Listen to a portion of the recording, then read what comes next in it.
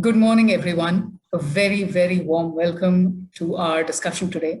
We have two of the most prominent GCC leaders in discussion with leading segment experts from Deloitte and NASSCOM on this first edition of the GCC Leadership Insights series by NASSCOM Insights. So a very warm welcome again on a Friday morning.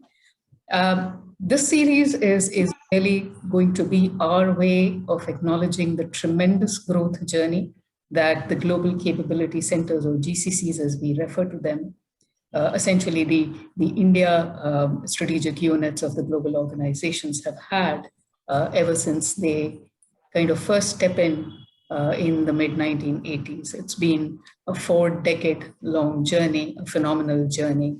And when we look at GCCs now, they are a segment with about 1.3 plus million employees. When I say employees, these are direct employees, and about 33.8 billion US dollars worth of revenue contribution. And these are just direct numbers. The story does not end here. The story starts from here, right? In terms of their contribution to the country, whether it's economic, social, technological, and specifically in the area of digital transformation, in terms of human capital, in terms of sustainable business models, GCCs have contributed immensely to the India growth story.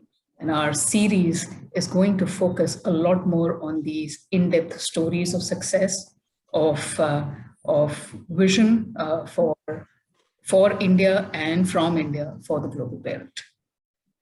Let me quickly introduce all of our panelists today. We have a fantastic panel today. I'm delighted to invite Vivek Chopra, Head of Macquarie Group's Global Financial Services Division in India, and Sudhir Banerjee, Senior Vice President and Head of ABB's India Global Business Services. Sudhir and Vivek, a very warm welcome. Thank you immensely for offering your time and your consistent support in helping us kickstart this initiative. Most welcome. Thanks for inviting us, and glad to be here, part of the session. Great, thank you. NASSCOM has kind of always charted the journey of GCCs since the beginning. We have consistently worked with the segment. We've tried to always highlight the achievements, the growth targets. We've worked with the GCCs to further their ambitions in India. And in 2020, when we launched this particular research initiative with Deloitte, it was a very intriguing idea about mapping GCC's value proposition for India. What that meant was kind of reversing the story and saying, while they have benefited significantly from India in their global expansion strategies, how have they benefited India overall? And the study and the research journey over 6 months to 8 months has been phenomenal. We've kind of published a very, very comprehensive study this year in June, and in your chat box very soon, you'll have the links to where these studies are published. I recommend all our listeners to kind of explore the study. There's a rich set of case studies, success stories that we've enlisted through this research. I'm also thrilled to have on board two of those experts from the Deloitte team. Ravi Mehta, Partner Strategy and Business Design Consulting Practice and Lead of Robotics and Cognitive Automation at Deloitte India, and Kirti Kumar, Partner Strategy and Business Design and GCC Open Innovation, Deloitte India. Ravi, Kirti, it has been a privilege working with you through the year, and I really look forward to your expert views on our discussion today. A very warm welcome. Thank you for having us here, actually. Thank you so much. Thank you, Namita. Looking forward to this discussion. Sure, thank you. And of course, now I want to warmly welcome our very own in-house GCC leader, Sukanya Roy. Sukanya heads the GCC and BPM Relationships and Growth Strategy for NASSCOM. She has been a pioneering expert in the GCC segment, and I might not be wrong if I say more than a decade of experience hand-holding GCC setups in India through her career. So Kanya, it's fantastic to have you on board on this first discussion. Very warm welcome. Thank you, Namita, and absolutely thrilled to be part of this conversation. Sure. Absolutely. Before we get to our discussion very quickly, I just want to stop here and see if there are any starting comments. Can we straight away get into our discussion? All right, great. Let's start. So just recapturing the GCC growth story, we've seen accelerated pace, particularly in the past decade. And in our research, we kind of chronicled the journey from 2015 onwards, almost about 11.5% CAGR over the last 5 years. And we are going to see a similar kind of growth in the next 5 years. In fact, more phenomenal if we look at the best case scenario, that we've charted in our study. But the growth was interesting over the 5 years, not just vertical in terms of a GCC expanding in terms of its services and capabilities horizon, but also in the diversity of GCCs across sectors. So I want to start with our GCC leaders today. Vivek, first with you, and then over to Sudhir, to kind of share their respective growth journeys. How did their organization plan to be in India, and what has been the growth journey thus far? What is it that has led to the organization that they lead today? Vivek, over to you. Thanks, Namita, and thanks for inviting and having this conversation. For Macquarie, we started our journey in Gurugram and setting up a small center in 2007. And it's been 15 years where we've grown our presence from close to 100 people when we started to today we are close to 1,800 people supporting our businesses and providing service excellence right to the Macquarie operations globally. Over 1,800 staff today are spread across various functions in finance, technology, risk management, and operations for some of the business groups. Over the years, we have evolved and moved up, not only just providing the cost arbitrage, but today we are owning end-to-end processes, taking ownership and being accountable, right, for some of the outcomes and the deliverables. And also we started driving innovation and change over the years.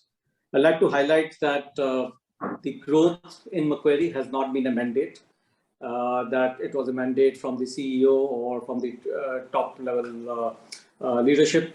It is more that we've been proving success, delivering the strong operationally.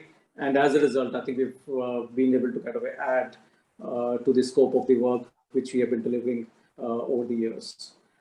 Again, Macquarie's purpose statement, which is to empower people to innovate and invest for a better future, has been a key enabler for us to look at opportunities and adjacencies on how we support our firm and move up the value chain. Talking more about finance today, where we are owning a large part of the preparation of the financial results for the group, working directly with the group CFO, group business CFOs, group financial controller and auditors. We have a significant presence in the financial control, tax reporting, regulatory reporting processes, and we also play a significant role in delivering and supporting the regulatory change projects, driving the global transformation initiatives. In terms of the headcount in finance, we are close to 50% of the global finance headcount, and some of our lead process roles are based from this center. Apart from finance, we've got a footprint in technology, risk management, supporting our businesses and operating groups. Recently, in the last few years, we've seen businesses now coming and setting up their operation teams and making them co-locate with the other groups in Gurugram. Recently, we've also seen a significant investment happening in the innovation space, where we are trying to look up building up automation capability to eliminate the manual work and deliver value. So overall, I think it's been a great journey, great story. Where we are today, I think the contribution of the GCC in Gurugram is being recognized by the senior leadership in Macquarie. And recently, I think it was glad to, in the recent AGM, it was really glad to hear from the global CEO, Shimara Vikramanayake, where she appreciated the resilience and commitment demonstrated by our teams in India, especially in the challenging phase of COVID in the last 1.5 years. So it's been a phenomenal journey in my view. Fantastic. Wonderful to hear that story, and you kind of elaborated how there wasn't a lot of pressure in terms of setting up and achieving certain targets, but it was more performance driven. It was more empowering people. Fantastic story. Thank you for sharing that. Sudhir, over to you.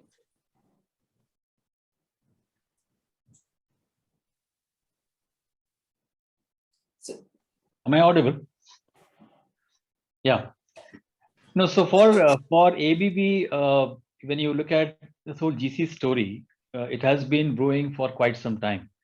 But the scale in which it has happened has actually started somewhere in 2016 onwards. So when you look at GCC, particularly from a Bangalore or India point of view, this has somewhere it was brewing from 2006, 2007, mainly in the finance and HR. But it was, I would say, a very suboptimal or a very small group of initiatives which we started with, only Asia Pacific as a geographical base. But really, the GCC story for ABB globally started somewhere 2015. And I joined in 2016 when it was just the first few days of the GCC in the new model. So just to share with you the size in which it is happening for ABB globally. Think of roughly 116 countries is where ABB is operating. And broadly, we are at this point in time looking at finance, HR, procurement, tax, and few more new things have got added like legal, internal controls, which is what GCC is focusing on. Apart from some sales support kind of work, I will come on those specifics. But just a footprint point of view, if you look at all these functions were existing in all these 100 plus countries. So the first drive for ABB was to consolidate these 100 plus to roughly around 5 or 7 locations. So when you look at this whole drive, and again, for the topic, it is important to know what made it happen. So the need was that ABB definitely felt that they are lagging behind the competitors. So there was definitely a burning syndrome or a burning platform syndrome, which was there. But what happened good was there was a clear governance and clear role responsibility in which this whole thing happened, because it is not happening now at a subgroup level. It is happening at the enterprise level. And it was also not a mandate from the CEO, it was mandate from the functional head. So when you look at the model in which ABB is making it, is functionally led, globally managed. That's the tagline for the entire GCC, which means the productivity, the transformation, all of that has to be owned by the functional heads. So whether it is IS or IT, whether it is finance, whether it is HR, legal, tax, each of the heads of these functions are the part of the steering committee with whom people like us work. The footprint was designed that Bangalore and Krakow, Bangalore more from all English speaking countries, will be based out of a global center, which is Bangalore. And that is how we are building it up. And anything which is English plus non-English, where you need a regional support, is in Krakow. Apart from that, we have got 3 different locations, one in Mexico, one in China, and one in Tallinn, where mainly it is catering to the regional support if there are those regional variations or language skill required. But when you look at a footprint, the mega 2 bubble is Bangalore and Krakow. So the drivers which made this happen was very clear role responsibility as to how the GBS or GCC transformation will look like, which is not driven by GCC making, but it is driven by the functional transformation. Second, I would say the biggest driver was that the whole thing was program managed, which means we know while I was just transitioning the first or the second country work, it was very well defined by a footprint as to how rest of the 87 countries which is going to come to Bangalore will look like. But what really made it faster than what we planned was the skill set of people we got from India. And I think that's one of the biggest success factor, or I would say a biggest driver we should keep in mind, that when some of the companies now they are thinking of GCC or India, they have an installed base of very strong leadership presence. Now for ABB, it is actually a brownfield project.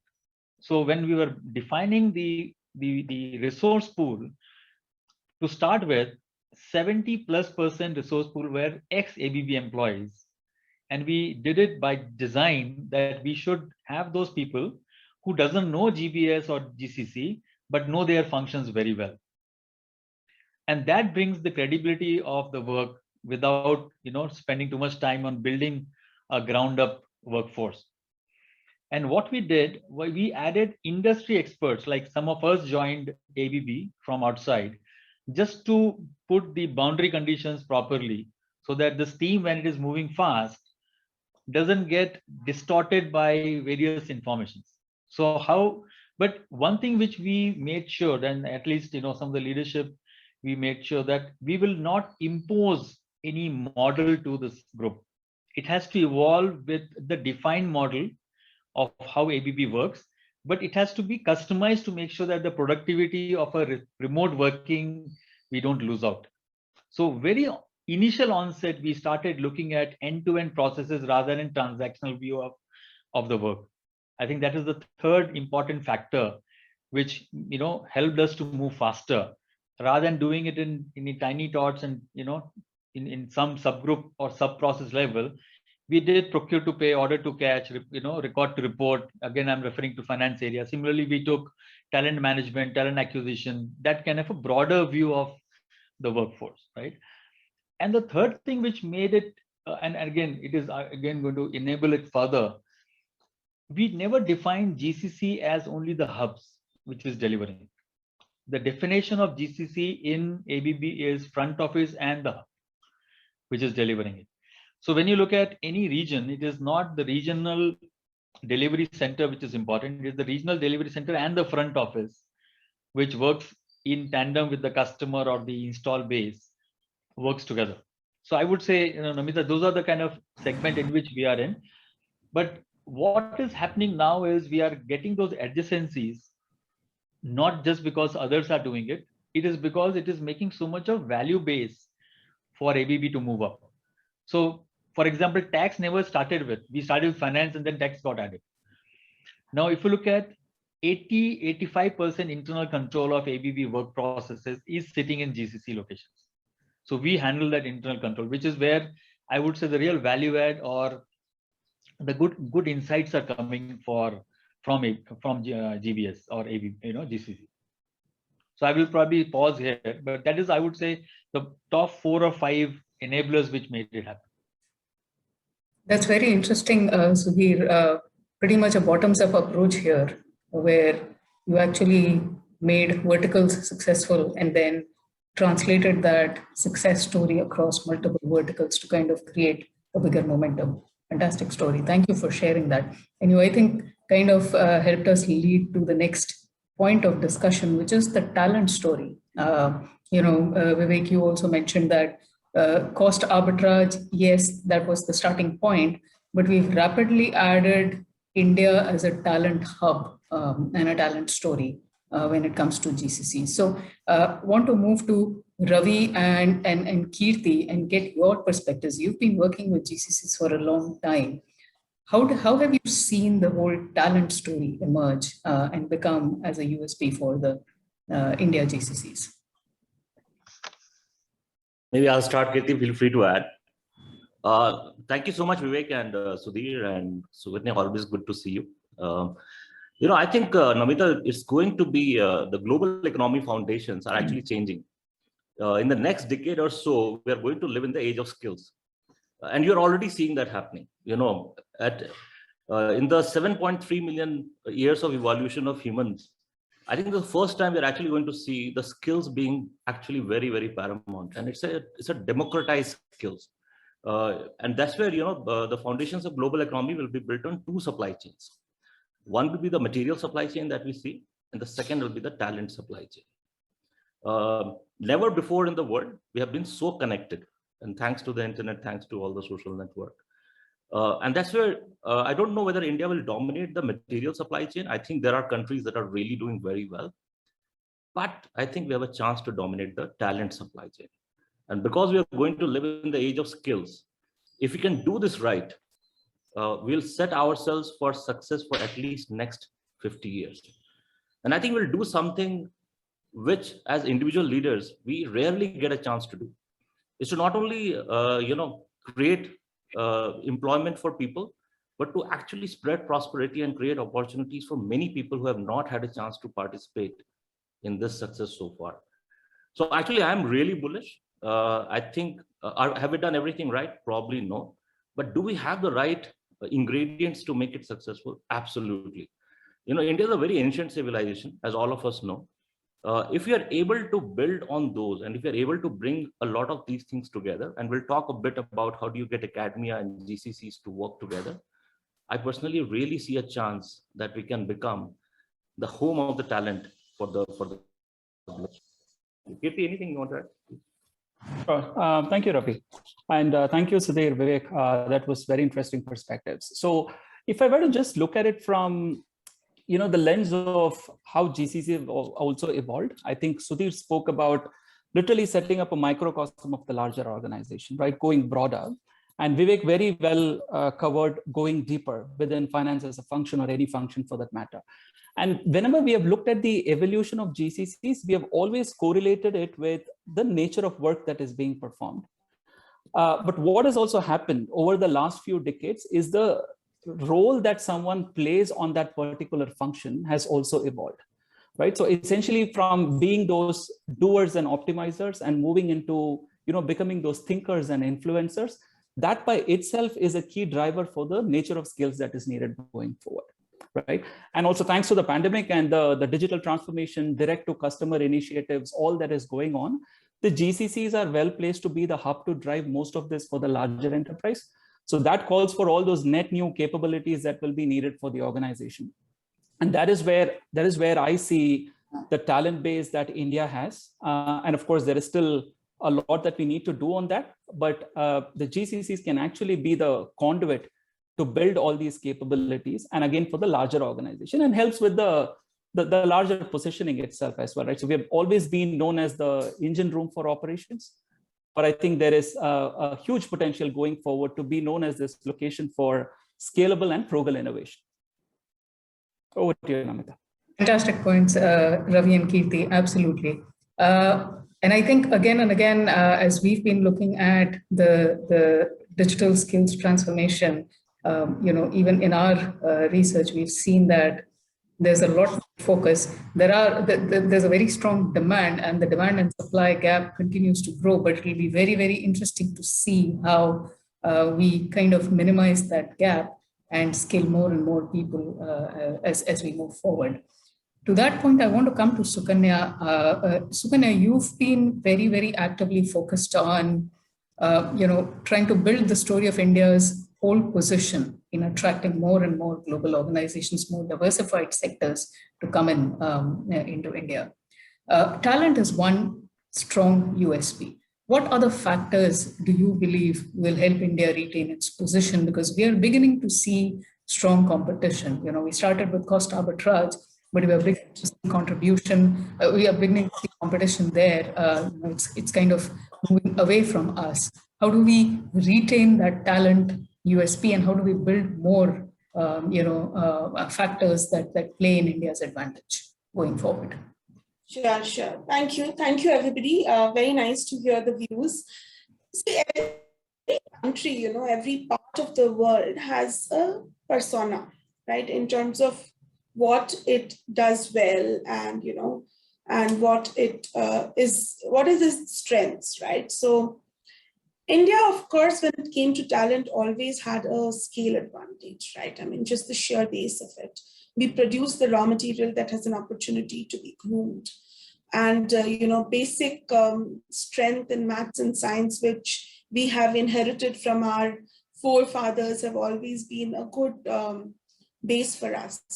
If you go to some of the countries in Eastern Europe, and, Sudhir mentioned Krakow, Poland, very, very deep skills and expertise there as well, right? It's probably hard to get the scale. If you need 5 good engineers, yes, you will. If you need 15 or 20 more very good engineers in a specific area, that's when you definitely come to India, because we have that opportunity. Sudhir also mentioned that when he started the center here, there wasn't enough senior people, right? Today, many GCCs are celebrating 20 plus years in India.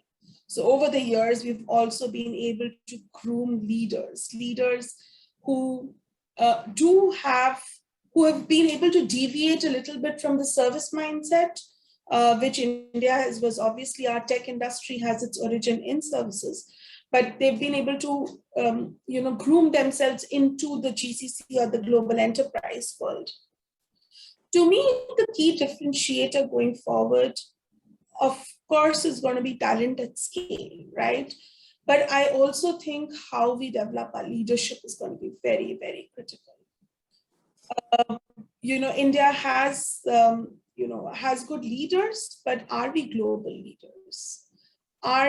What percentage of our leadership is able to play and influence at the global organization level is going to be very, very key. And that's a primary focus at NASSCOM as well, that we just not focus on talent at scale, talent at base, talent at entry level, reskilling at the mid-management level, which is all absolutely necessarily because the digital skill gap is huge.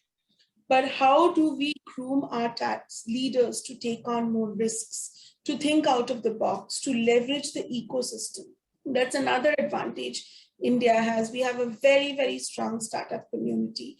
We have good set of students in engineering and other science colleges. How are we leveraging those partnerships? How are we creating additional pipeline of talent, parallel channels of innovation, and tapping onto that? So speed is going to be important, because we have to think out of the box, because we have to do what we have to do, but we still have to experiment with the new, because we have, while the GCC model is very, very well proven, I think we still have to be active in how we pitch and position ourselves for the new things that are coming up and for the next gen solutions. And for that, we need extremely strong leadership who will be creative, who will be willing to take risks, and who will be willing to work with models which are not necessarily conventional. Academia relationships are conventional, but they often work in internship models. There isn't enough successful research coming out with academia as much as we would like it. So how do we make the professors and students owners of that? So for me, that leadership angle of how do you create these parallel channels, proof of concepts that prove India's merit in those newer areas that we are experimenting in, is going to be absolutely important. Fantastic points, Sukanya. I think collectively as a group, we've kind of discussed, Sudhir, you mentioned how it's a bottoms up, and as a result, portfolios are evolving. Vivek, you kind of mentioned how you went from a little bit of the cost arbitrage to more digital talent skilling to more innovation as an ambit for Macquarie in India. And Ravi and Kirti, you kind of mentioned how talent is going to be the USP for India. We may not be able to play in the fields of cost anymore, but definitely talent and more leadership in depth. I think that all kind of brings me to a thought that we need to build more depth, vertical as well as horizontal, when it comes to GCCs operating and delivering out of India. So I just want to go back to our leaders, maybe Sudhir, first you this time, on how is ABB thinking about diversifying in the next 5 years? What more do you plan to take on? What are the new innovation capabilities you want to add? More probably on the product ownership side for the global parent. Share some of your thoughts there.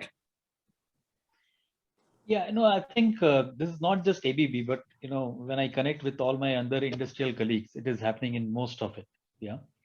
So one very important thing which I think we have missed out for long is, particularly in the industrial segment, GCC is still in most of the cases considered as functional view of the world of their own organization. So HR, finance, which is very conventional and proven, I would say, work practices to move into GCC. But think of in today's world, the whole design thinking, when you create a customer-centric project or process or product, there is a huge amount of customer analytics which goes into. And many successful GCCs are putting that as one of their value propositions. Now, when you enter those organizations or those work areas, and I'm referring to even in ABB, it may not look like a GCC, like a conventional GCC where 500 people under the same roof is working, because the scale is different, the skill is different, the outcome is different, and the need is different, right? So one important area which we are looking at, how do we enable sales enablement, for example? Now, in an industrial world, the sales will not be a standard practice. When you create a quotation for a project, and one of your success factors is how fast you can quote to a customer need, and you think of a customer like a giant petroleum industry or a paper pulp industry or a food and beverage industry or those kind of things, which needs automation to be done in their manufacturing setup, right? Or they want to change the entire hydraulic power network of their plant, which means they have to be somewhere put with prime movers, pumps, right?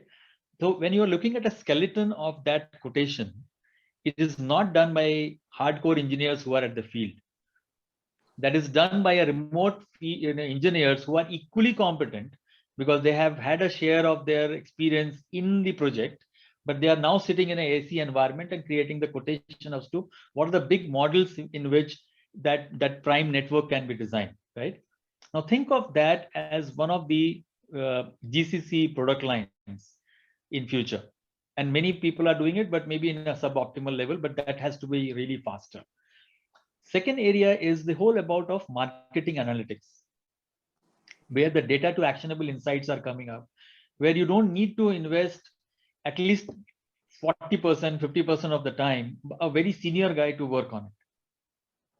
Similarly, in today's world, if you go to buy a washing machine or a dishwasher, actually you are comparing the salesperson who is taking you around in a showroom. Back of your mind, you're comparing his or her talent with the Google, which you have already done, the Google homework which you have done, and you are now comparing whether the Google said something and the fellow said something, is it matching? And God forbid, if he's wearing a label of, or LG or a Samsung or ABB, then you are actually comparing the website of ABB and the fellow with whom you are interacting, right? That's the mindset in which the people are operating. Gone those days when the sales engineer need to be competent to give you the final product. Never ever these high cost products will be, the sales will get closed at the shop. It will be then subsequently done with a lot of analytics at the back end. Now look at this whole conjoint of a physical world, a remote work, and the analytics world with customer experience. I will take a pause. Just visualize that. And that is where the new world of GCCs are going to sit. Now, how quickly we can do, to Sukanya's point, is where either we will do it or we will never do it. Because these are all long-term commitments, right? If ABB or any of the big industrial giants are going to invest in India for future, and if they are late, if we are late to, take that opportunity, someone else will do it for them globally.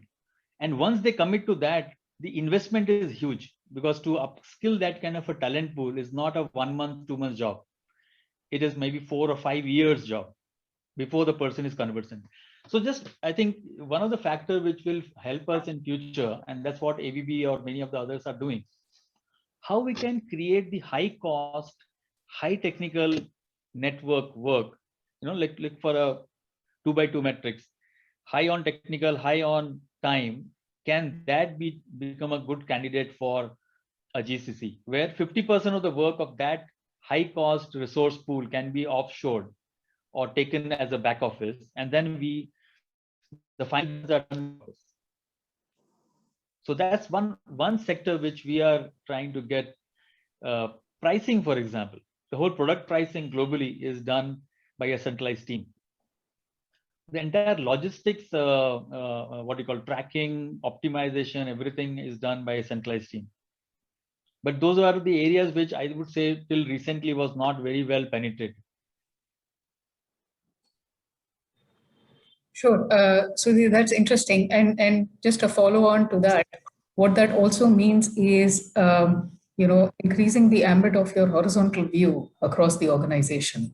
Correct. More, as well as a global perspective of what's the market and what's the strategic direction going to look like in the next 5 years, which automatically also. And Namita, maybe I will just add one more dimension and we can then evolve the discussion. Now, these are not those people where cost per month in a dollar terms can be defined, or we should not be defined. If I say these 27 people doing quotation process of 1.2 billion worth of quotations, out of which at least 16-17% will convert. Just take that equation of 1.2 billion worth of quotation with 14 to 16% conversion rate and being done by only 25 people. So the whole country, so it's not the cost per employee, it should be the contribution per employee, which becomes the defined. And it was not well done earlier because these data was not easily available. Now with the data transparency coming in, you can actually define that much better. That's actually a very interesting perspective that you've brought in. Vivek, your thoughts on this? Sure. So in terms of, I think, the journey where we are and the future focus, I probably will reflect on where we are today. Over the last, I think I was talking about how we have deeply penetrated, taking a lot of ownership of end-to-end processes. What that probably has shown us is that we have a single point of failure, right? In certain areas where we think, right, especially with the COVID situation and some of the global events which are happening, right, which is telling us that 1 in 100-year events are not a real possibility. These can happen anywhere at any time.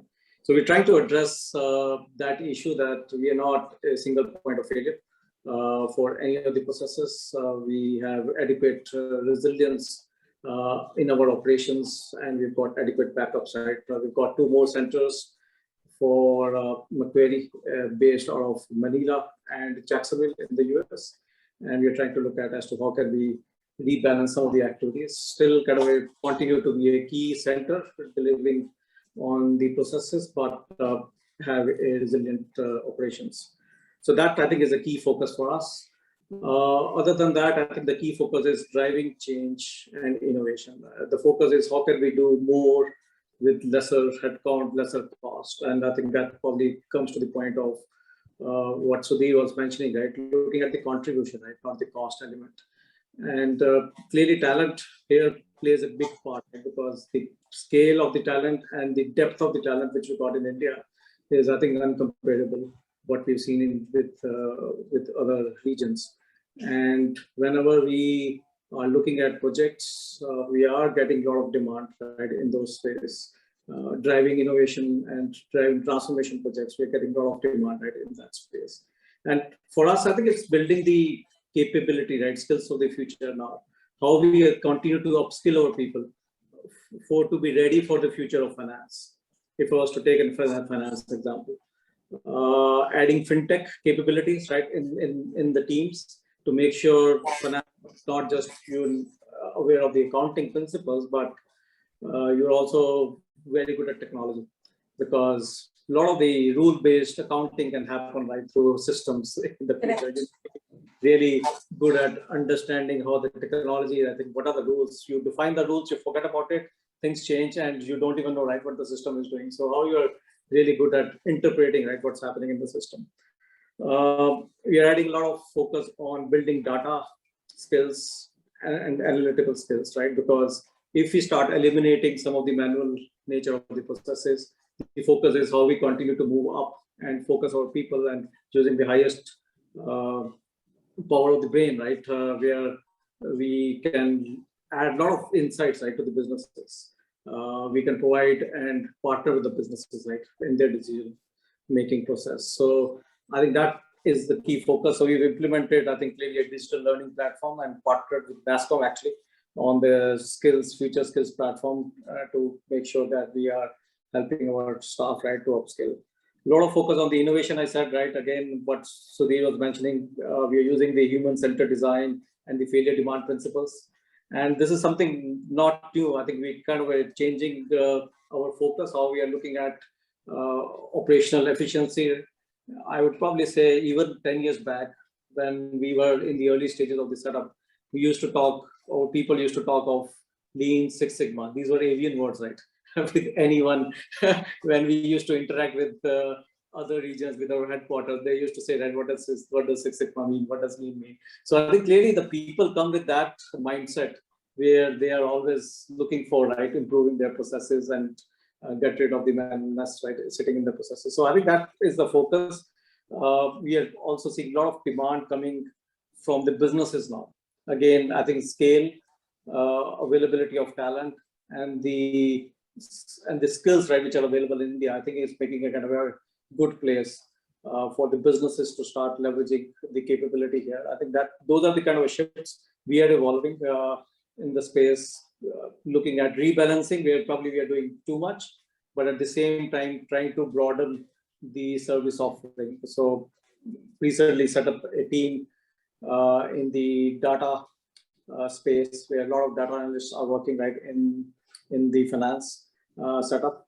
We've also added a new design center support, and that's a kind of a creative center of excellence, which is helping, right, for all our leaders, right, across the globe on the investor presentations, right, which they're doing. So that's kind of a really high-end work, right, which always used to sit with the business, close to the business. So the COVID has also shown, right, the adjacency, right, which was always thought that is a prerequisite, is no longer there, because if people are working remotely in other locations, they can sit, right, anywhere in the world and still deliver.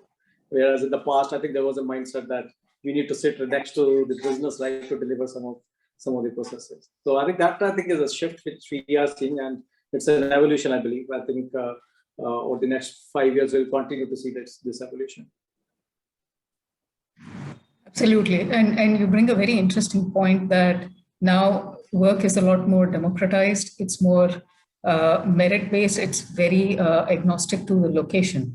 Ravi, I want to come to you on this perspective.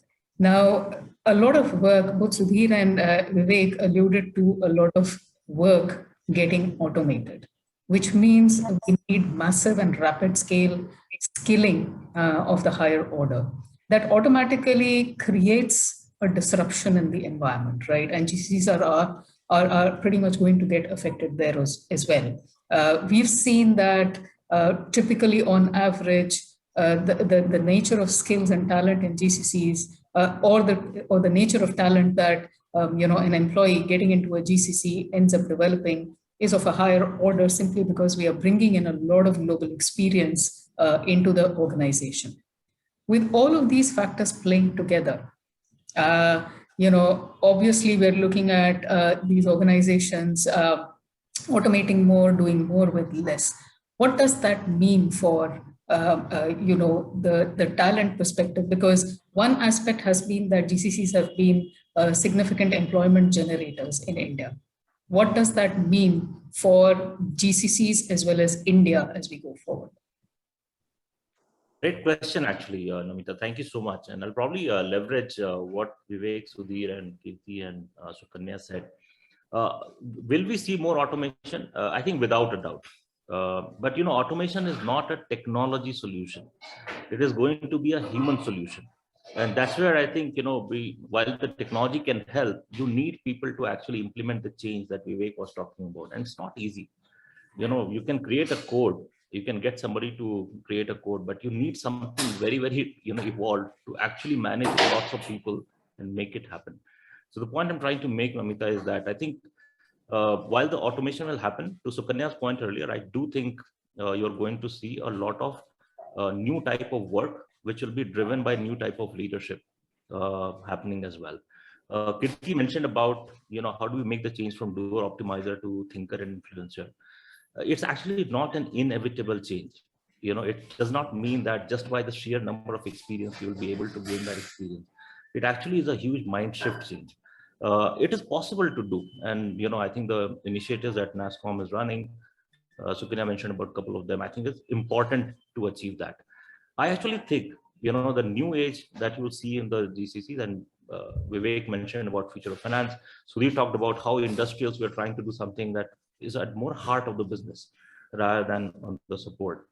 The future has not been defined. The last wave of GCC creation that happened, it was more about the work that has been done for many decades.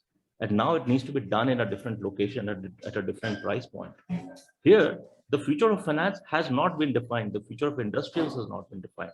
The future of work has not been defined. There's a chance for us to co-create. And that's why it will move from what we used to call transition, which is a lot of where 1.3 million employment that you mentioned actually, Namita, came from, to actually germination, where you actually create something new. And hopefully a time will come where we will say, hey, can we allow other countries to do something similar from here? Maybe a reverse transition, so that we can leverage the global talent supply chain well to keep the engines of the economy running. So to that end, I do think it is going to be really important for India to keep its focus on how to develop the talent. Maybe the last 2 points I'll add there. What does it take to really develop the thinkers and influencers and the leaders that Sukanya was taking? I think it is about the vision.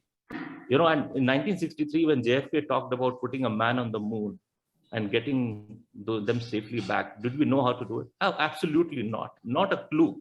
Not a clue. But I think that's the vision. And it's not the vision at the highest level, it's the vision at the individual level, vision at my level, vision at Vivek's level and others' level. Right? I think if you can get that to happen, you will see something miraculous happening.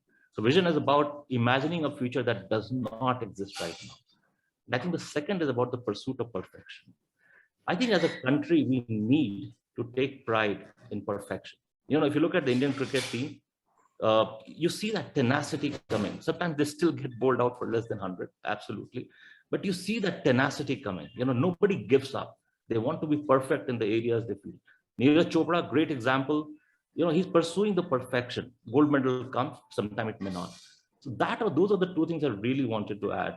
Have a vision at a personal level, and then pursue it with perfection. If you do that, I think we'll create the leaders that Sukanya you mentioned. Brilliant, brilliant. And very interesting analogy you brought in about cricket. Want to take that forward with Kirti. Kirti, we, in our study, we kind of highlighted those 6 elements, economic, social, environmental, innovation, technology, talent, where collectively, if we look at beyond the top line numbers of 1.3 plus million direct employees, and 33.8 billion plus US dollars worth of revenue contribution, GCCs have gone far ahead. If I can take that analogy of cricket, these, in all the 6 pillars, they have kind of scored sixers across the way. So just help us understand from that research, certain insights that stood out for you. And I know that we've kind of painted the picture of how the GCCs will move forward, and we'll probably come to that in quite a bit in a short while as to what that vision is. But just share some insights that stood out from you when you were creating that study as to what that value proposition actually looked like. Sure. So that's a tall ask, Namita. A 140-page report in 2 minutes. I'll give my best. So I think apart from the economic impact, which you anyways covered, some interesting snippets that we all surfaced as we did the research, right? So I think at the start, Sudhir spoke about business leaders being created, right, at the GCC, which changes the game. So we were looking at what is the kind of contribution that the GCC sector has done for India Inc. itself. Right. And interestingly, we noticed that about 10 to 15% of the founder CEO population in tech startups actually have strong roots in GCCs. Right. And we see more of this happening. And of course, there are a lot of instances of, global leaders being based out of the GCCs for the larger enterprise, or actually those movements that have also happened. So from a human capital perspective, I think that shift from service delivery leadership, which I think the sector has always been known for, and moving towards business leadership. And I think all that Ravi also spoke about, carrying that vision in order to move from those doers, optimizers to influencers and thinkers. I think we're on the right path. So that was an interesting snippet. The other one, I think we spoke a lot about insight-driven organization, and Vivek touched upon fintech. Historically, GCCs have always believed in organic growth. And with all these net new skills that we are talking about, of course, the organic growth works, but it also takes time. And I'm also a strong advocate of open innovation tactics and co-creation. So with that conscious bias, I think going forward, the future is going to be more about this collaboration, one amongst the GCCs and with the larger ecosystem. So to that end, what we also noticed is beyond being consumers of raw talent, which the sector has been, I think the sector is also beginning to become this consumer of services of some of these new age providers, right? So to speak, the startup ecosystem. We have a thriving third largest one in the world. Close to about $8 million is what the spend has been by the GCC sector on the startup ecosystem, just buying their services. And some of them, of course, run these incubators and accelerator programs. Close to about 8 million has been the funding that has gone into the startup ecosystem itself. Now, just to put all this in perspective, we are still talking about only 8 to 10% of the GCC community, which is working with the startups. And I think going forward, we would see more of this happening, especially to catalyze the process of innovation itself, not just for the operations that the GCCs do, but actually to become the frontline innovation partner for the enterprise, right? And the other two aspects, I think social impact, again, the sector stood out. Over 100 million that has been the funding that has gone in.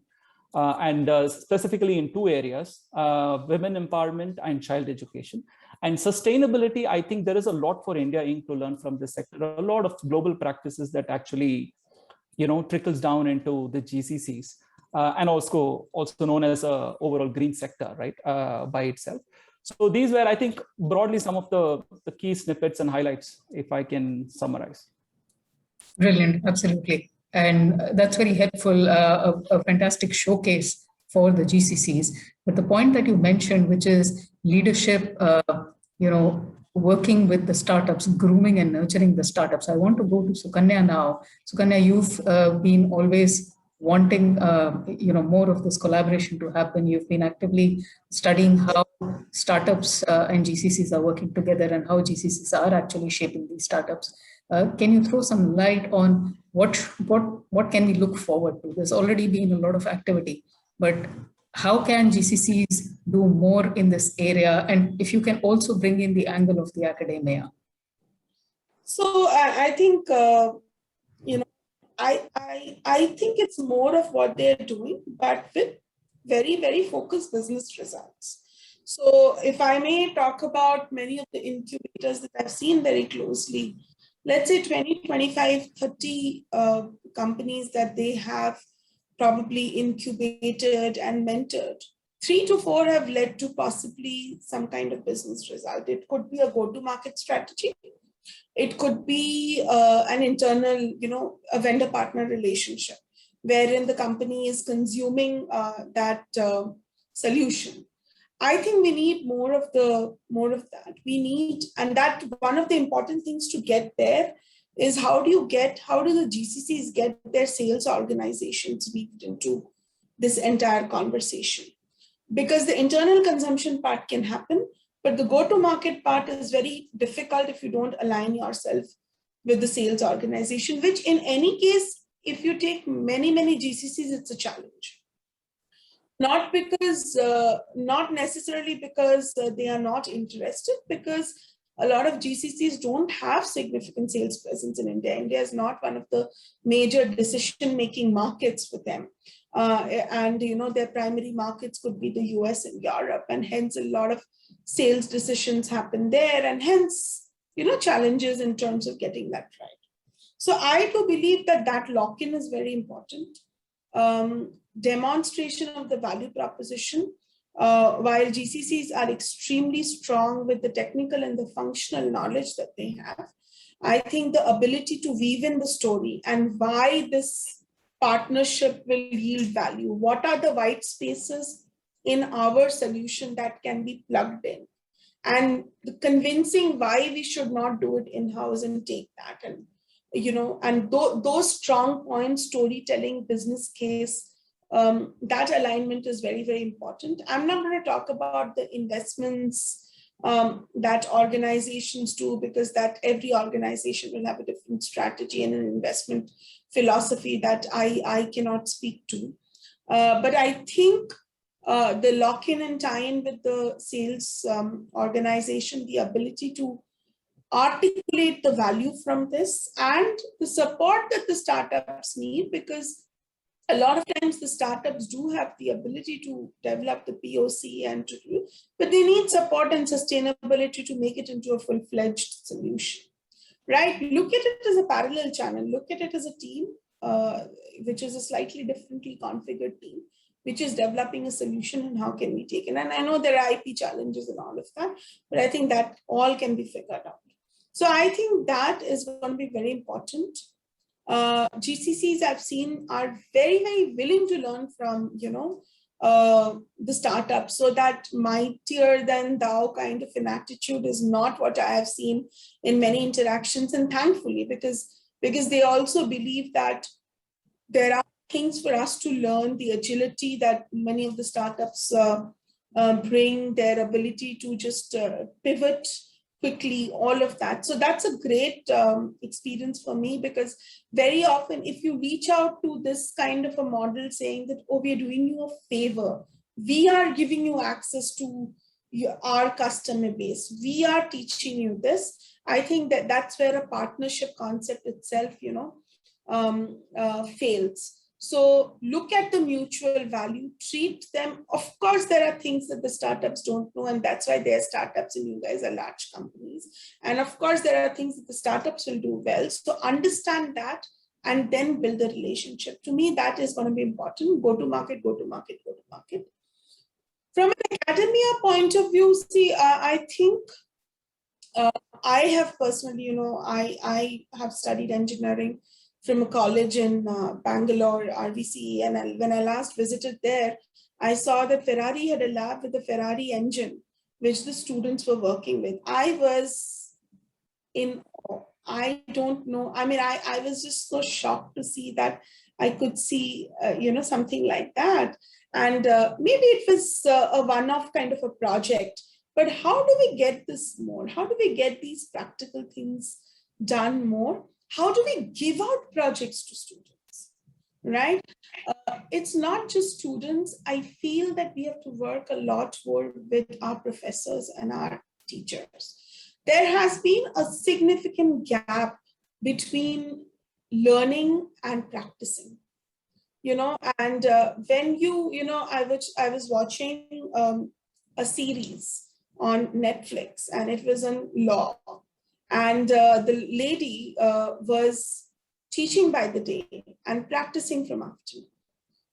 How do we bring those models? Because what she was doing in class was discussing, of course, there was a lot of drama and additional masala to it, but she was actually discussing her practical cases in the class and asking students to come up with ideas of defense, right? How do we experiment with those models? Can we get our professors into our labs for a month or two during summers?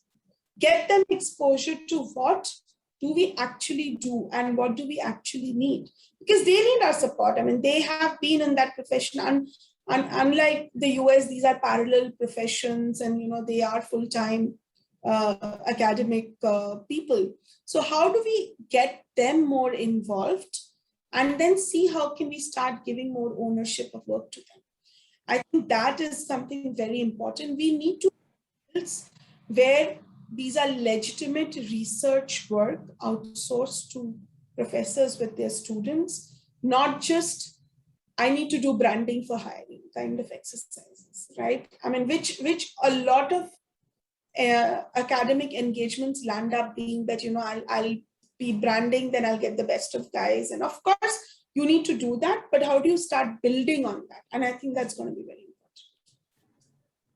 Excellent points. When you mentioned the US model, I remember the time I was there, and our professors were first industry consultants and then professors, and that's how we got a first-hand. We used to get a first-hand, view of what the industry always wanted, especially very, very important when it comes to STEM work or even domain-specific work. Excellent. I know we cannot cover the entire GCC segment, but we've got services and industrials both. So I just want to take the next couple of minutes from Vivek and then from Sudhir.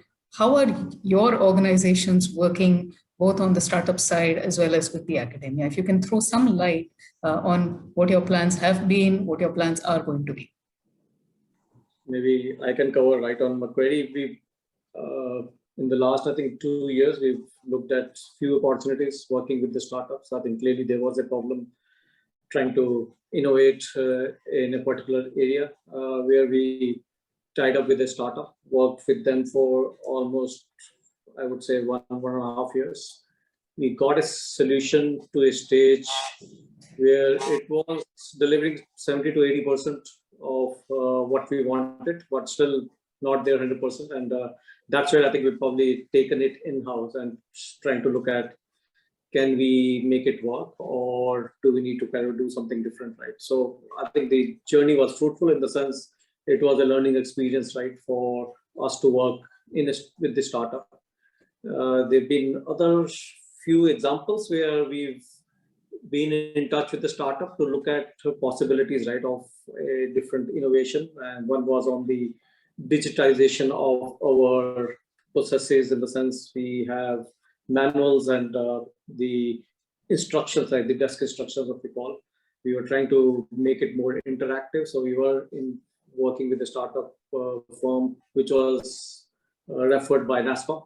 And we did work with them, right, to look at what the possibilities are. But again, we could not progress because I think clearly we thought things were not in line with what we expected, and we gave it a pause because we are going through a Fusion implementation, which is the general ledger implementation, and we thought we will probably pick it up after we have implemented, and we will review our documentation needs post that. So definitely, I think few examples where we've kind of seen some success, but again, clearly more investment required, right, in that space to make it work for us. Sure. Sudhir, if you would like to add some insights. Yeah. So I will just build up where Sukanya was, kind of talking about. So definitely the scale has to be much more. And let's talk about from the ABB point of view. We do have, so there are different initiatives on which the startups, or I would say academia engagement sits. One is, we have sponsored more than 280, female candidates who are getting into engineering. And this is not just that you pay and then you are done with it. This is the end-to-end ownership what ABB has taken, and referring to India as a landscape, where right from their selection to grooming, and while the grooming is happening, while their engineering course is happening, we do pull them out from their course during their off time, where they work with us and then go back. And this is also getting mentored or owned by our leadership. So what the model is, that this is basically based in Hyderabad at this point in time, and Pune. So these two geography, we have got leadership who are owning these female candidates so that they are groomed ultimately to become ABB employees. Obviously, this will go through a full selection process. So there is no concession that since you are groomed by us, hence you have a, easy corridor. That's not the point. But this whole mentoring, and again, there are many fallouts, or I would say dropouts, which happens in this whole academia and industry interactions. I think one important factor is the placement agencies or the placement group of most of these colleges. Their job ends the moment person gets the job. Actually, the placement agency job should start from there. Because how your product, and that's how, the industrial way of looking at it, it is not that you can sell the product, but how the product is being customized to application is very important. And same is true for engineers. And I'm referring to the academia. So I think that is one area which definitely, as a suggestion, we need to focus on. That's about in a smaller way we are trying to do. Then comes the startup ecosystem. So we have a kind of a lab setup where every year we select few, but again, this is not for a year. This continues, and many of our services and products have been defined or designed by these startup interactions. This is happening at the India level with our engineering division, but this also happens at a global level. But there's a lot of opportunities what Sukanya is talking about. And if I really take myself away from ABB for a minute, there is a huge amount of, I would say, tenured leadership from GBS or GCC environment who are retiring. When I say retiring, means they are done with their Maslow's need and they don't know what to do with them. And majority of these people, and I'm not very happy about it, they're all doing coaching for leadership development. I think there is only one sector which is most easy to develop is the leadership development. I think a lot of, I would say middle level and the junior effort has to go, but I think where we need to really put a structure as to how that need of this kind of a, good group of people can be fulfilled. Because what ends up they do is they join many forums where the startups are talking about what they will do. Some of them get interested in investing in them by money or time, but there is a different sector which is not getting fully addressed. So maybe Sukanya, that is one of the roles you can handle that. Definitely explore and see if we can do the professor and these tie up, because I think that could be There's a huge gap. I do join some of these interactions, but you can see there's a big gap which needs to be fulfilled fast. Interesting, very, very interesting perspective, Sudhir. I just want to be cognizant of time. So one wrapping up question to everybody, and we can probably go around robin, maybe just go with you, Sudhir, first. If you have to do one thing right in the next couple of years, and when I say one thing right, it's more about how do you create more value or more accelerated, paced value for your company, for your global organization, as well as strengthen or deepen your roots in India. What would be that one key enabler that would really help you? And you might have already answered that, but just if you could wrap up your thoughts with that. Yeah, no, I guess, very simple. And I will look at quality, cost, delivery, and compliance on one axis, and look at this whole work from home or remote working as the second dimension. So if you look at this, it's a beautiful, and I think Ravi talked about it. I think this is our lifetime opportunity as leaders as to how do I deliver quality, cost out, compliance. And the delivery in the whole remote work. I think very, very high chance that a sizable portion of our corporate will eventually swing back to a hybrid model. But I think it's a monster which can be a great advantage, can be also a great disadvantage if you don't handle it properly. Because there is a new breed of people who are joining the industry. They don't know what are the disciplines of being in office. And there is also a old mindset of people like us who think that work can only be delivered when they are in office, right?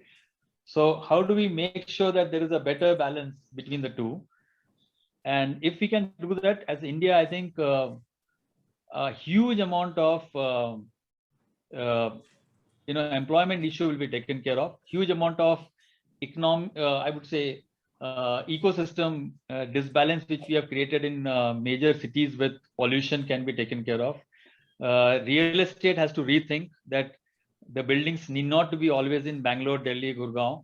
It can be in Mandya or it can be in some remote locations.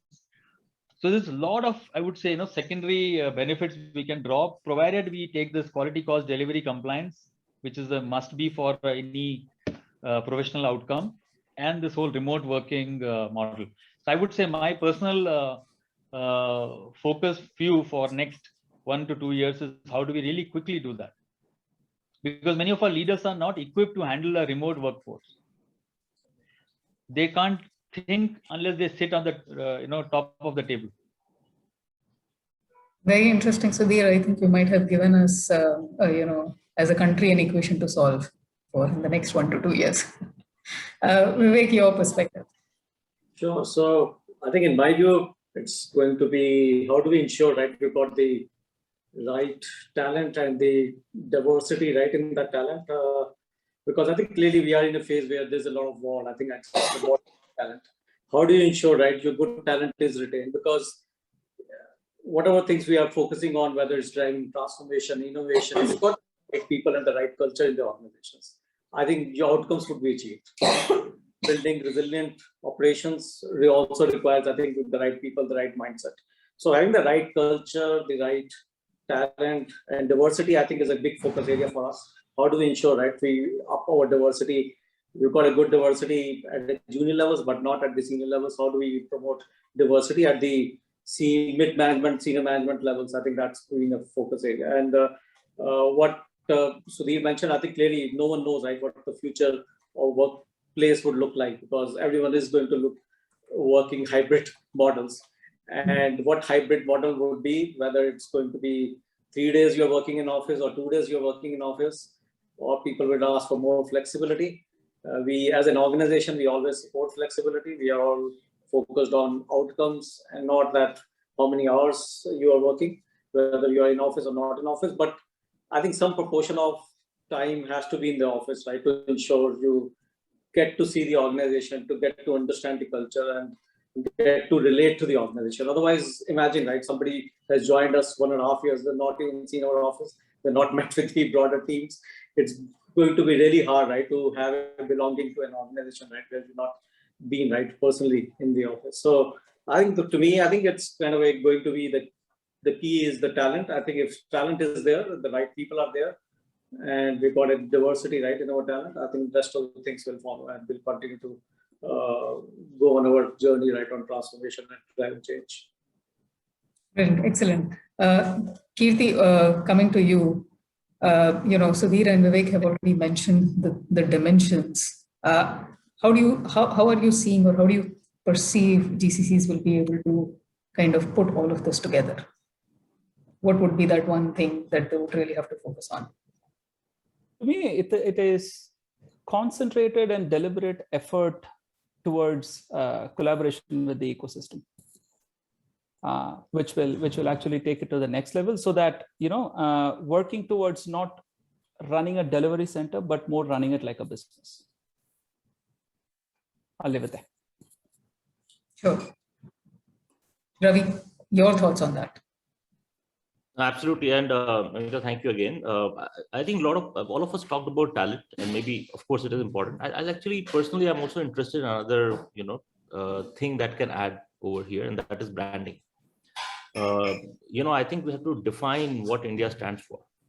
And in the report, we did come up with this term called skills at scale, where it talked about, you'll find some talent anywhere, but you can't find every talent anywhere. That's where India fits in very, very well. I actually think, maybe it's not only about skills at scale. I think there's a talent story, but it's also about the branding. The branding can be perfection at innovation.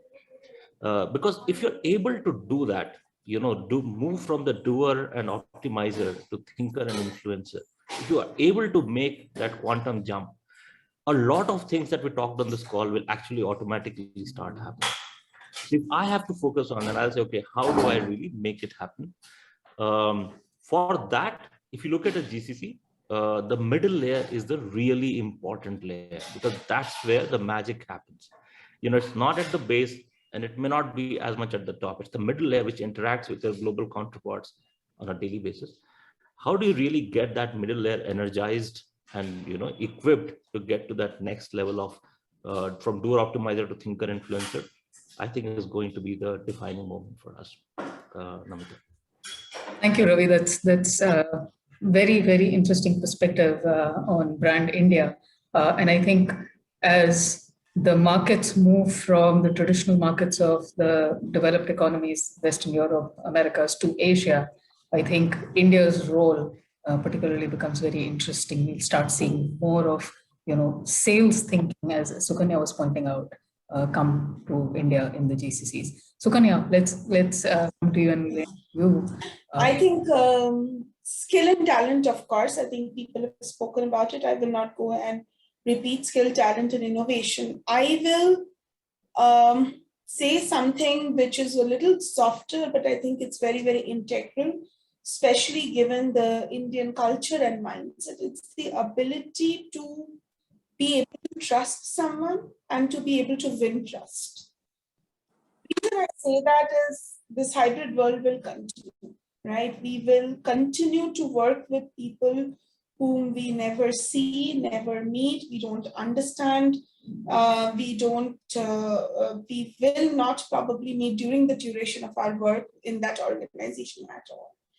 Our ability to give them the confidence that this will get done the right way, and our ability to trust that person, and also when to not trust, because it's a very fine balance. When you've not met people, it's going to be very important, and it's also going to be a very, very important tool for us in our expansion strategy for the GCCs, because even earlier, the GCCs also depended a lot on leadership visits, travel, and all of that. Whenever there was an expansion of portfolio, there would be time spent, there would be understanding, there would have, it was journey for the GCCs to gain that trust. A lot of that has to be done in indirect ways. It could be, through virtual communication, or just better ways of giving confidence through, like I said, POC building, better business cases, and all of that.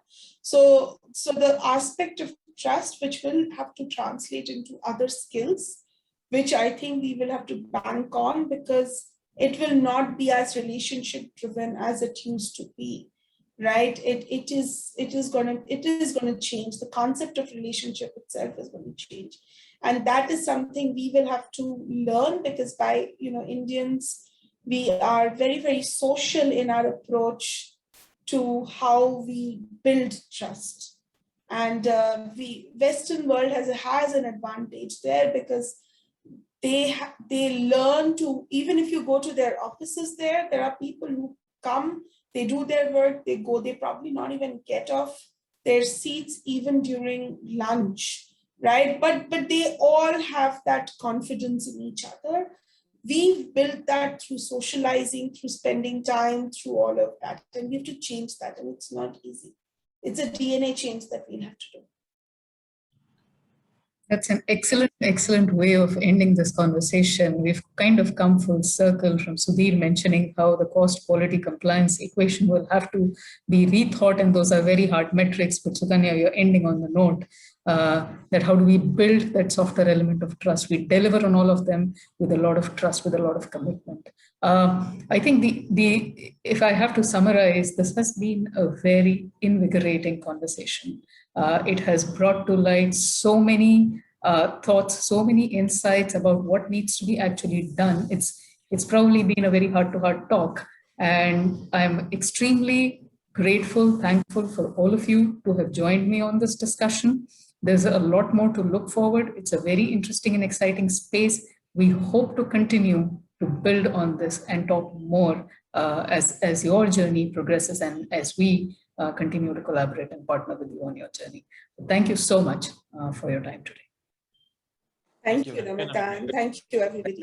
Thank you, everyone. Thank you, Namita. You did really well, by the way. Thank you so much. Thank you. It's a brand NASCOM, huh, Namita? Yes. It's a brand. Thank you so much. Yeah, well done. Thank you. Wonderful. Have a great weekend. All. Thank you. Bye.